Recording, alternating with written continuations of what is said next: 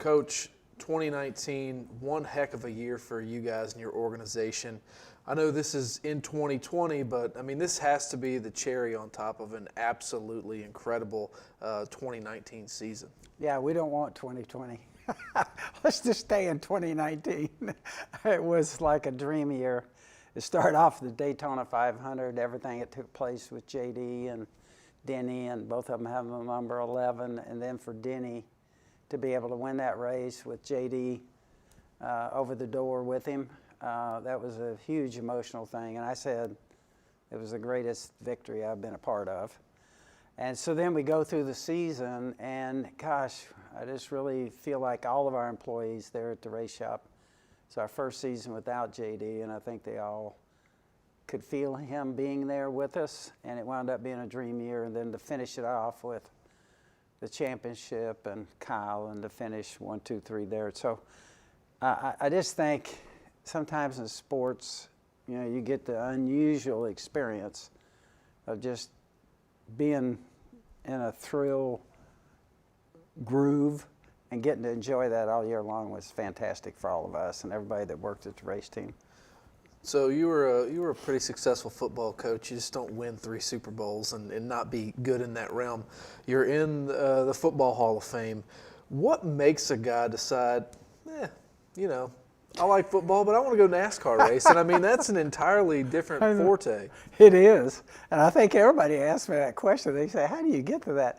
And actually, our family, if you think about our family, JD, Coy, Pat, we were all into football. But at the same time, our boys, both boys, everything with a motor on it. Go-karts, jet skis, motorbikes. And for me, when Pat and I were dating, I was hot rods and drag racing in Southern California. So there was a whole world there that we had of motorsports. And we would go back to the races. I'd take the boys. And so somewhere in there, the boys go, hey, Dad, we'd love to do something in racing. And so really I said, well, it'll take a miracle. We put a dream on a sheet of paper. That's really what it was. We didn't have driver, race shop, nothing. And we visited Norm Miller at Interstate Batteries, crazy thing, in 1990. He said, let's do this. And we've now been together for 30 years, Norm and Interstate and our race team. But that's kind of what happened. It was two things. We were loving football, going through all of it. I'm coaching. And yet we loved motorsports, had fallen in love with cars and hot rods and everything growing up. So that's really what happened. And I'm one of the luckiest guys in the world. Most people never get to have one dream in life, occupationally. And I've had a chance to have 2. 93, another big part of the dream came together when Dale Jarrett won the Daytona 500 driving for you. At that point, did you ever think one was possible? And now, I mean, you guys are sitting on multiple Daytona 500 wins. Yeah, that was obviously one of the most miraculous things for us. We started off our first year in racing. We didn't win anything. I'm kind of going, do we belong in this thing? It's too big. And then to start off that 93 season with Dale Jarrett winning that race, everything that took part in that. And it kind of made a statement, I think, to us that, hey, maybe we can do this and belong. It's one win, but it's one of the biggest. And so it was a huge deal for us. And they kind of got us rolling, really. Let's talk about some of your other drivers you're going in the Hall of Fame with, too. We'll hold Tony off to his own little thing for the end here because, you know, he's hard to cage in. But tell me a little bit about Bobby and what it means to be able to step on that stage, receive a blue jacket, receive a ring with a guy like Bobby Labonte. Well, and I think what happens to you in racing, Dale Jarrett gambled and came with us, Jimmy Makar, our first crew chief. So those guys actually started our race team.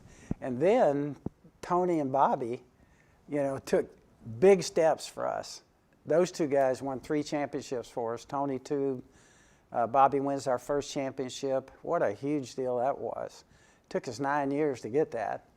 And so those 2 guys had a lot to do with our race team being successful.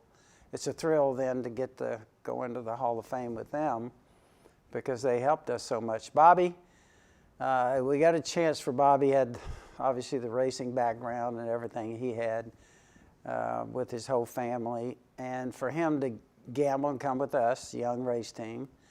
And then I always remember, one of the things I remember about Bobby, his first win was at Charlotte, the 600. And I got to tell you, I don't think there was a dry eye in that winner's circle, his first win.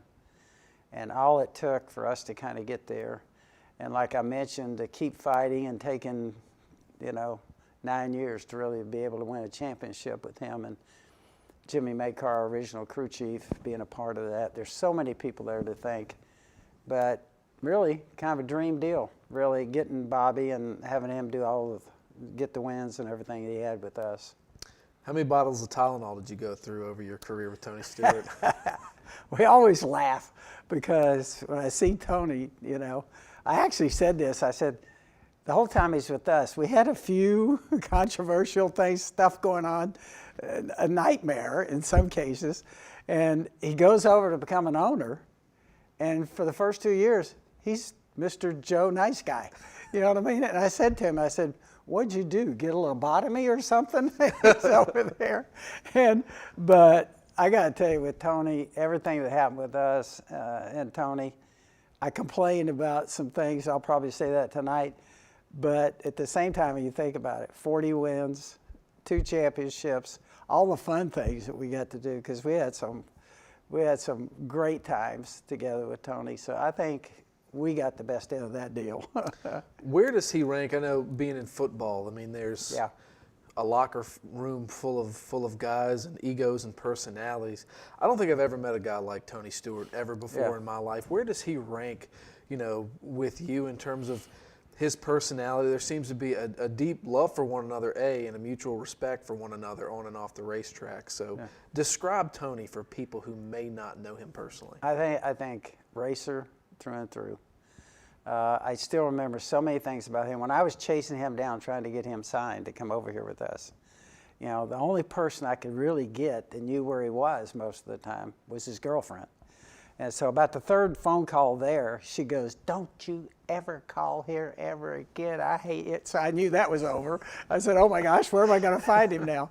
And when we finally get everything done and signed up, so many parts, I sat with him. I remember the very first time we talked about, now you're in Cup, paying you a lot of money and stuff. A lot of people depend on you. We can't be racing other stuff. Of course, we had that conversation. He goes, "No, hey, no problem." He says, "I'll just race late models on dirt. You can't get hurt over there." So we had so many things like that in our, but Tony really is I think a true racer. He loves all the other opportunities to race cars, still doing that. And I'm not so sure, talent-wise, that guy, I'm not so sure anybody's been better. And particularly if he, if he's totally focused on something, really wants something, I think that weekend, you're going to have a tough time beating him. Coach, congratulations. Enjoy it. Thank you there. I'm going to.